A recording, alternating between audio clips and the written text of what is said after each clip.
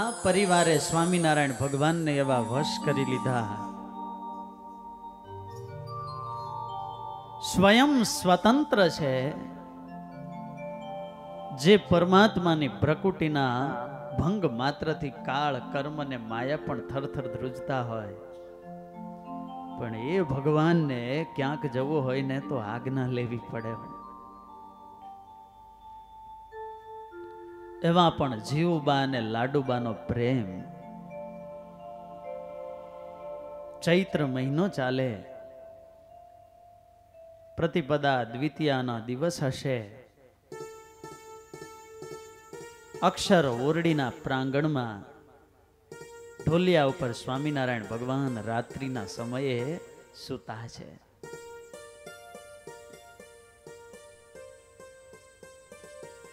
આકાશમાં ચંદ્રનારાયણની શોભાના દર્શન થાય છે, તારલિયાઓ દેખાય છે, અને ભગવાન સૂતા સૂતા મનમાં વિચાર કરે,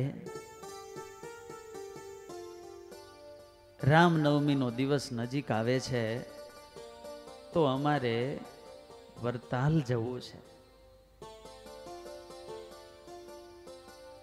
પણ હમણાં રાજ્ય કાર્યમાં ગઢપુરમાં થોડું વિઘ્ન છે, માટે દાદા ખાચરને કે એના પરિવારના કોઈ સભ્યોને લઈ જવા નથી.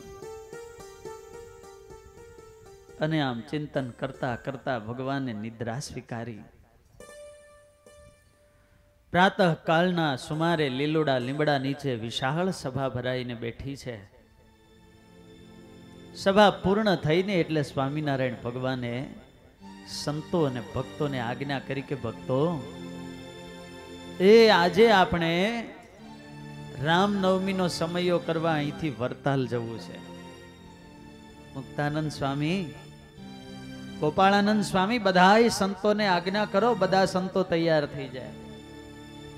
સુરા બાપુ, તમારે પણ આવવાનું છે. એક એક કાઠી દરબારોના ભક્તોના નામ લઈ લઈને સ્વામિનારાયણ ભગવાન તૈયાર થવા માટે આજ્ઞા કરવા લાગ્યા. જેના જેના નામ આવતા જાય, જેના પર દ્રષ્ટિ પડતી જાય, એ બધા ઊભા થઈને પોતાની પૂજાની જોડી સામાન લેવા માટે તૈયારી કરવા લાગ્યા. પણ સ્વામિનારાયણ ભગવાને દાદા ખાચર સામે જોયું નહીં કે એના પરિવારમાંથી કોઈને આજ્ઞા કરી નહીં.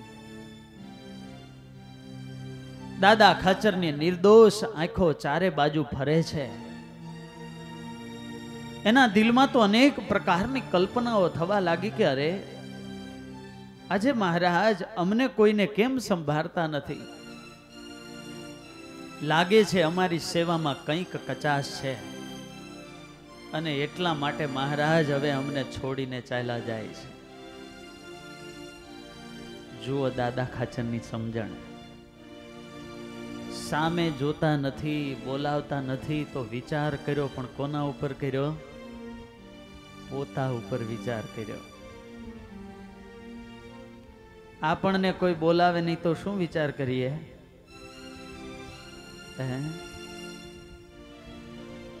આજ કળા દાદા ખાચરની હતી. You can lament because roses have thorns. In the same condition, you can rejoice because thorns have roses.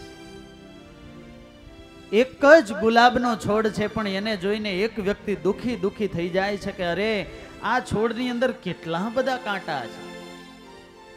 અને એ જ પરિસ્થિતિમાં એક વ્યક્તિ પ્રસન્ન થઈ જાય છે કે આટલા બધા કાંટાની વચ્ચે પણ કેટલો સુંદર ગુલાબ છે.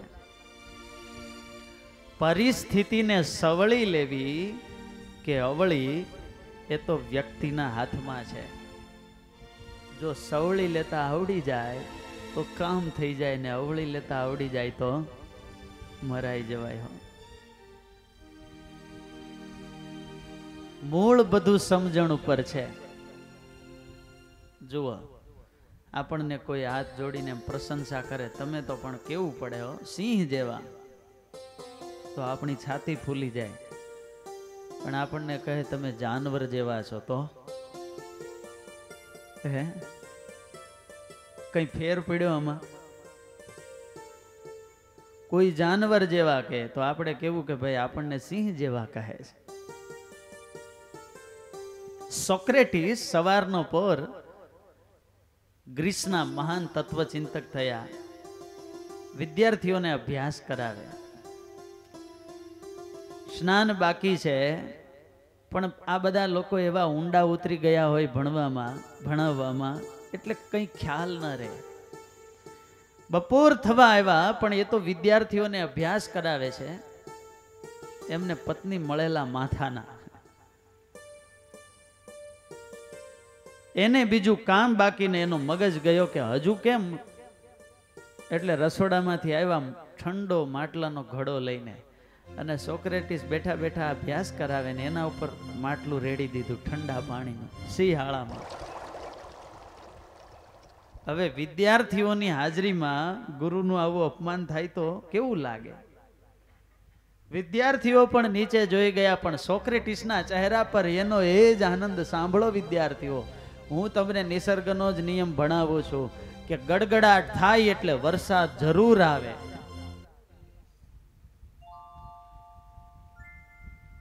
હવે આને કોણ દુખી કરી શકે? માટે પરિસ્થિતિને સવળી લેતા આવડી જાય તો જીવનની અંદર કામ થઈ જાય. એક પત્ની એના પતિને કે તમે આવા ને આવા હાવ ભોળા ભટ્ટ જેવા જે હોય એ તમને છેતરી જાય છે, કંઈક ધ્યાન રાખો. તો કે મને પેલા તો તારા બાપાએ છેતર્યો છે.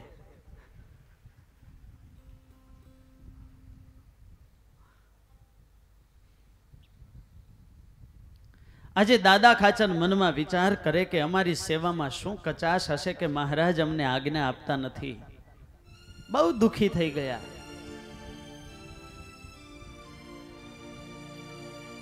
ઘરમાં કોઈને રાજી રાખવા હોય ને તો વ્યવસ્થા સારી આપવી. ઘરમાં મહત્વ છે વ્યવસ્થાનું, હૃદયમાં મહત્વ છે ગંભીરતાનું, સેવામાં મહત્વ છે શક્તિનું, કાર્યમાં મહત્વ છે સમયબદ્ધતાનું, અને વાણીમાં મહત્વ છે સત્યતાનું. તમારો ભાવ બહુ સારો હોય, પણ મહેમાન આવે, ઘરમાં બધું લગર વગર પડ્યું હોય તો ભાવથી આવકારો, પણ ભાઈ બેસવા માટે બરાબર પાથરેલું તો હોવું જોઈએ ને. દાદા ખાચર મનમાં વિચાર કરે કે અમારી સેવામાં વ્યવસ્થામાં કંઈક કચાશ હશે ને, એટલા માટે મહારાજ અમને છોડીને જાય છે. દોડતા દોડતા જીવબા ને લાડુબાની પાસે ગયા, રડવા લાગ્યા. બેન, મહારાજ જાય છે. આ બાજુ તો બધી તૈયારીઓ થઈ ગયેલી. સ્વામિનારાયણ ભગવાન માણકી પર આરૂઢ થઈ ગયેલા. આગળ સંતો દરબારગઢની બહાર નીકળ્યા, કાઠી દરબારો નીકળ્યા. બસ હવે માણકીની લગામ ખેંચે ને ભગવાન બહાર નીકળે એટલી વાત. પ્રેમી ભક્તો વિનતી કરે, દોડી દોડી. ન જાઓ મહારાજ, પ્રભુ માછલું કદાચ પાણી વિના જીવી શકે, પણ પ્રભુ મન, કર્મ અને વચનેથી અમે તમને અર્પણ થઈ ચૂક્યા છીએ.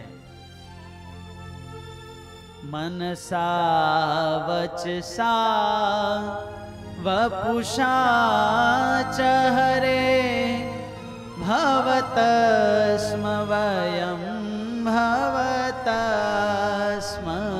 વયમ.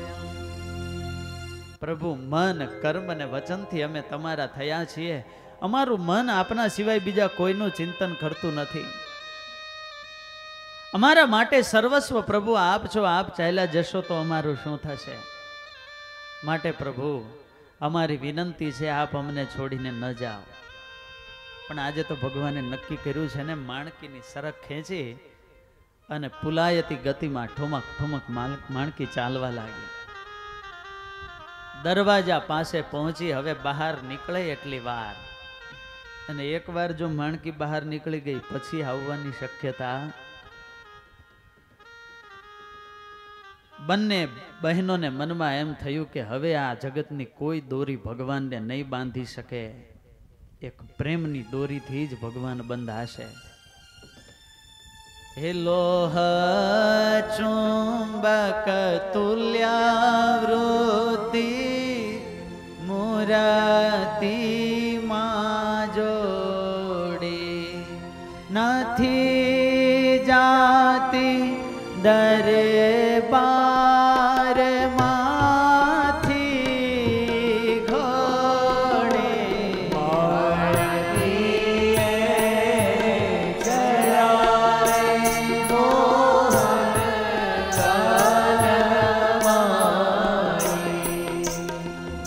પ્રથમના 61માં વચનામૃતમાં સ્વામિનારાયણ ભગવાને કહ્યું, બલિરાજાનું વચનામૃત, કે પછી એ પ્રેમ ભક્તિએ યુક્ત એવો જે ભક્ત એની મન રૂપી દોરીએ કરીને ભગવાન એવા બંધનમાં આવે છે કે પોતે દારે તો પણ છૂટી શકતા નથી. અવ્યક્ત છતાં પણ સૌથી મજબૂત કોઈ બંધન હોય ને તો એ પ્રેમનું બંધન છે. પોતાના પ્રિયતમની મરજીને સાચવવા માટે સાચો પ્રેમી ક્યારેય એની આજ્ઞા લોકતો નથી. ભગવાને તો નક્કી કરેલું, પણ માણકી બહેનપણી કહેવાય ને, એ સમજી ગઈ, એ પાછી વળી. બંને બહેનો હાથ જોડીને ઊભા છે ને એની સામે આવીને માણકી ઊભી રહી ગઈ. સ્વામિનારાયણ ભગવાને વળી લગામ ખેંચી, પગની એડી દબાવી, વળી દરવાજા પાસે ગઈ, વળી પાછી, વળી જાય, વળી પાછી. ભગવાનને થયું, આ મારા પ્રેમી ભક્તો હવે મને છોડશે નહીં. જેની આજ્ઞા વિના પાળ વનાનો સમુદ્ર પણ ક્યારે મર્યાદા લોપતો નથી. સૂરજ ચંદ્ર એના સમય પ્રમાણે ઉદય અસ્તપણાને પામે છે. એ ભગવાન હવે આજ્ઞા માંગવા લાગ્યા. હો, હાથ જોડીને ભગવાન બોલ્યા છે, આજ્ઞા આપો આમે જઈએ વ્રત પૂરી.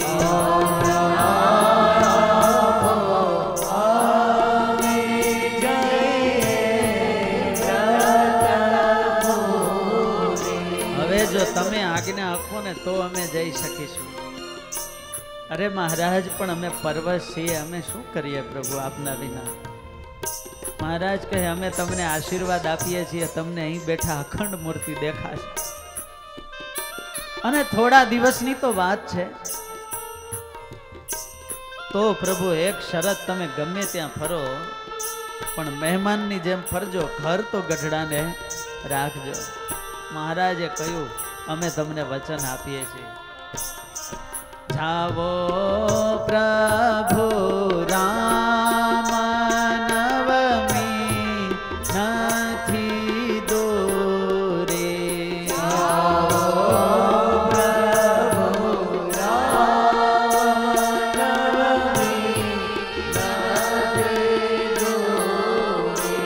સેવક દાસ પ્રેમાનંદ જોરે.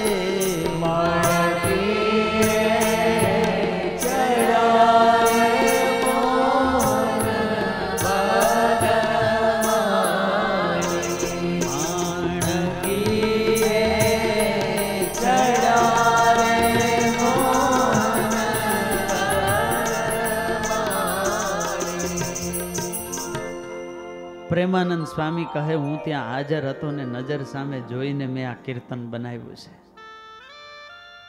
કેવી તાકાત છે પ્રેમી ભક્તની.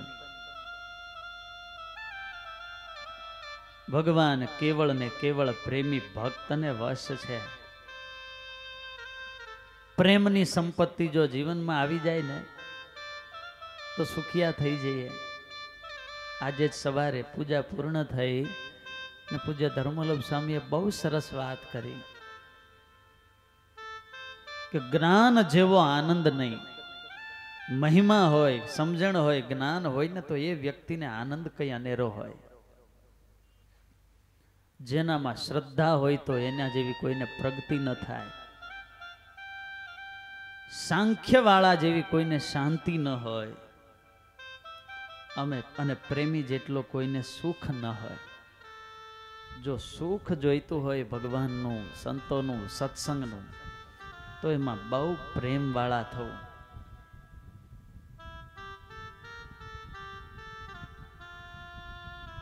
અને એટલા માટે અંત્યના 8મા વચનામૃતમાં સ્વામિનારાયણ ભગવાને પ્રશ્ન પૂછો કે સદાય સુખીઓ કોણ?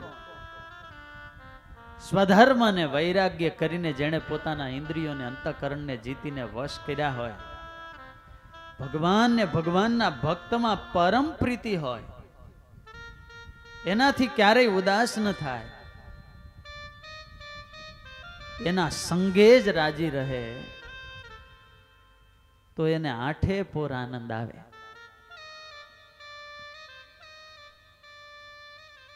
આપણા સંપ્રદાયમાં પણ વાલા ભક્તજનો એવા કેટલા પ્રસંગો છે કે પ્રેમી ભક્તનો ભાવ એવો હોય ને કે ભગવાન સામે ચાલીને ખેંચાઈને ત્યાં આવે. આમ તો છાપરી ગામના રાવત ચૈત્રો અને એમના પત્ની હતા, એનું નામ હતું કામળબાઈ. બંને સ્વામિનારાયણ ભગવાનના અનન્ય ભક્ત. ભગવાન સ્વામિનારાયણ વખતની આ વાત. નખ શીખ પવિત્ર એમનું જીવન અને એમને ત્યાં દીકરીનો જન્મ થયો. એનું નામ રાખ્યું છે જાનબાઈ. પૂર્વના દૈવી જીવ, યોગ ભ્રષ્ટ આત્મા, દેવયાનીનો અવતાર. ઘરના સંસ્કારી વાતાવરણની સેજે સેજે બાળકો ઉપર અસર થાય જ. આ જાનુ 7-8 વર્ષની થઈ. એકવાર માતા પિતા સાથે ગઢડા ઉત્સવમાં જવાનું થયેલું. સ્વામિનારાયણ ભગવાનના પહેલી વાર દર્શન કર્યા. ટગર ટગર આંખોએ સ્વામિનારાયણ ભગવાન સામે આ દીકરી જોઈ રહી. એટલું હેત થયું કે મીરાબાઈની જેમ એને ભગવાન સાથે પ્રેમ થઈ ગયો. બાલ વયસે ભક્તિ કરે ને જગ સે રહે ઉદાસ, તો तीरथ उनकी आशा करे, कब आवे हरि को दास। નાનપણથી ભગવાનમાં પ્રેમ થઈ જવો બહુ જન્મના પુણ્ય હોય ને તો એ થાય. ખોટા કામ કરવા માટે કોઈ પણ અવસ્થા યોગ્ય નથી, અને ભજન કરવા માટે, સત્સંગ કરવા માટે કોઈ પણ અવસ્થા અયોગ્ય નથી. બાળપણથી જેના દિલમાં ભક્તિ આવી જાય, યુવાની આવતા એની ભક્તિ 16 કળાએ ખીલી ઉઠે. એમાં જાનબાઈની ભક્તિ દિવસે દિવસે વધતી ગઈ. 17-18 વર્ષના થયા. મા બાપ આ દીકરીને ક્યાંક પરણાવવા માટે છોકરાઓ જુએ. જાનબાઈને ખબર પડી એટલે એણે કહ્યું, માં મારે પરણવાની ઈચ્છા નથી. પણ બેટા કેમ? બસ માં મારે ભજન કરવું છે. સંસારમાં રહેવાની મારે તલભાર પણ ઈચ્છા નથી. પણ બેટા તને કોઈ સત્સંગી છોકરો મળે તો? નહીં માં, મારો નિર્ણય અફર છે. મારે કોઈ કાળે લગ્ન કરવા નથી. અને યુવાન અવસ્થાની અંદર મહારાજનું અખંડ ભજન કરે. ઓરડો બંધ કરીને દિવસ રાત્રિ ભજન કરે. એકવાર ઉત્સવ સમયાનો સમય એટલે ગામમાંથી સંઘ ઉત્સવમાં ગઢડે જાય. એમના માતુશ્રીએ કહ્યું, બેટા જાનુ તારે ગઢડે આવવું છે? તો કે ના. પણ કેમ? રાત્રિ દિવસ તું મહારાજને સંભાળે છે, મહારાજનું ભજન કરે છે, તો દર્શને આવવાની કેમ ના પાડે છે? માં મારે ગઢડે નથી આવવું, અને જો મહારાજને દર્શન દેવાનો ખપ હોય ને તો મારે ત્યાં અહીં આવશે, બાકી મારે ત્યાં આવવું. ભક્તિનું બેલેન્સ હોય ત્યારે ભગવાનની સામે હઠ કરી શકાય, બાકી તો હઠ કરવાનો સંકલ્પ પણ થાય નહીં. જો મહારાજને દર્શન દેવા હોય ને તો અહીં આવે, બાકી માં હું ગઢડે આવવાની નથી. હવે દીકરીએ આવી હઠ પકડી શું કેવું? એમના માતુશ્રી સંઘ સાથે ગઢડે ગયા. શ્રીજી મહારાજના દર્શન કર્યા. સ્વામિનારાયણ ભગવાને કહ્યું કે અમારે જાનુ કેમ નથી આવી? એમના માતુશ્રીએ આંખો નીચે ઢાળી દીધી, મહારાજ ક્ષમા કરજો, યુવાન દીકરી છે ને હઠે ભરાણી છે, એટલે બસ એ તો મહારાજ એમ કહે છે કે મહારાજને ખપ હોય તો દર્શન દેવા આવે, બાકી હું આવવાની નથી. સ્વામિનારાયણ ભગવાન બોલ્યા, જાનુ મને છોડશે નહીં. કઈ વાંધો નહીં, અમે આવીશું. થોડા દિવસ પછી દાદા ખાચરના વિવાહ હતા અને સ્વામિનારાયણ ભગવાન એ બાજુથી પસાર થતા હતા અને સત્સંગના ચરિત્રોમાં લખેલું છે કે એક રૂપે મહારાજ દાદા ખાચરની જાનમાં હતા અને બીજા રૂપે સ્વામિનારાયણ ભગવાનના છાપરી ગામમાં પધાર્યા.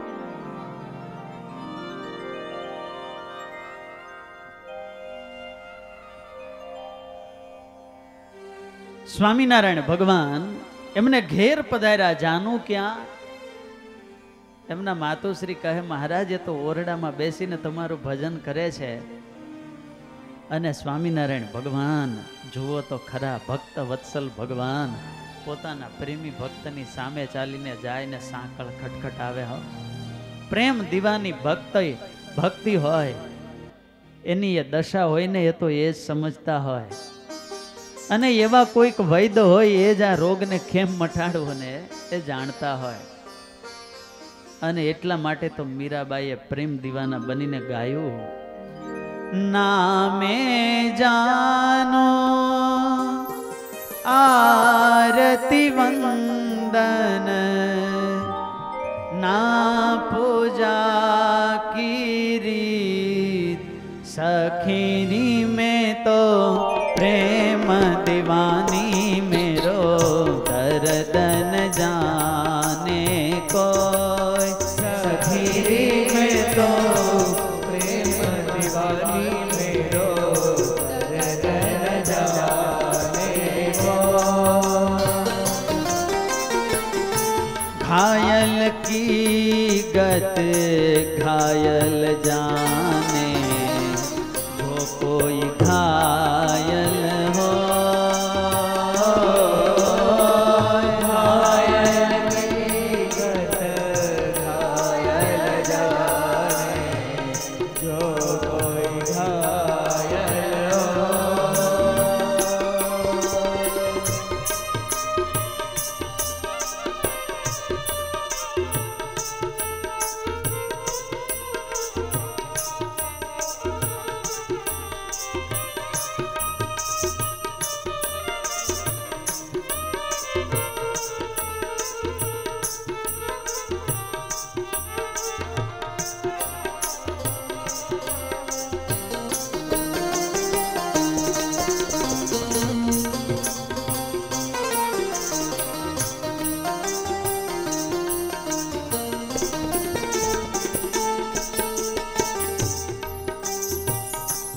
ક્યારે મારા મહારાજ આવે, ક્યારે મારા મહારાજ આવે એની આશામાં જાનબાઈ તો ઓરડામાં બેઠેલા. એની આંખો ભગવાનની પ્રતીક્ષા કરે ને ભગવાન સામે ચાલીને આવ્યા. એક સંત તપ કરતા હતા. કેટલા વર્ષો પસાર થઈ ગયા, હાડપિંજર જેવું શરીર થઈ ગયું. જંગલી પક્ષીઓ, કાગડાઓ એના શરીરના માંસને ઠોલી ઠોલીને ખાવા લાગ્યા. ત્યારે એણે કાગડાને બહુ સરસ કહ્યું છે, કાગા સબ તન ખાઈયો ચુન ચુન ખાઈયો માંસ દોને નન મત ખાઈયો મોહે પીયું મિલન. મારા શરીરનું બધું માંસ ખાઈ જવું હોય તો ખાઈ જાઓ, પણ મારી આ બે આંખોને ન ખાશો. કેમ? તો કે મારે મારા પ્રિયતમના ઠાકોરજીના દર્શન કરવા છે. અને પ્રભુ મિલનની આંખ જો પ્યાસી બને તો ઠાકોરજીને પણ સામેથી દોડીને આવવું પડે. दर्द की मारी में बन बन डोलो, दर्द की मारी में बन बन डोलो, वैद्य मिलो नहीं को वैद्य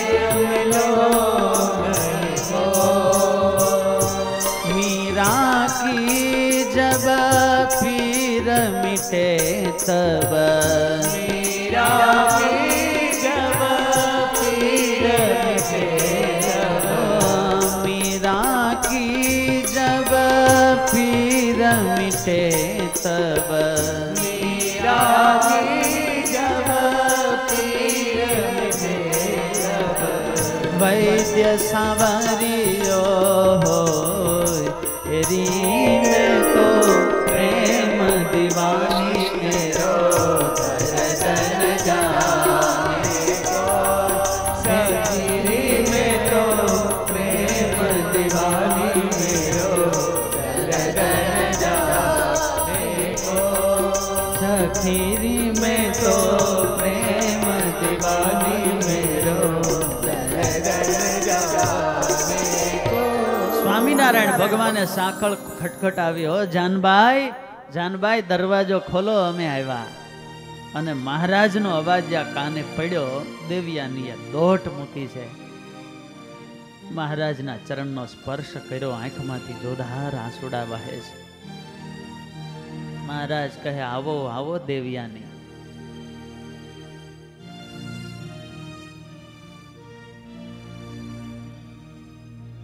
હવે તમારે અમારો જાજો વિલંબ નહીં કરવો પડે હવે અમને ટૂંક સમયમાં તમને અમારા દિવ્ય ધામમાં લઈ જઈશું પોતાની બીજી બે બહેનપણી હતી મહારાજ એને પણ સાથે લઈ જવી છે ભગવાન કહે કંઈ વાંધો નહીં પણ એક પ્રેમી ભક્તની તાકાત કે ભગવાન ખેંચાય અને સામે ચાલીને એમની પાસે આવ્યા આ પરિવાર જ એવો પ્રેમી હતો કે ભગવાન એને બહાર જવાનું મન ન થાય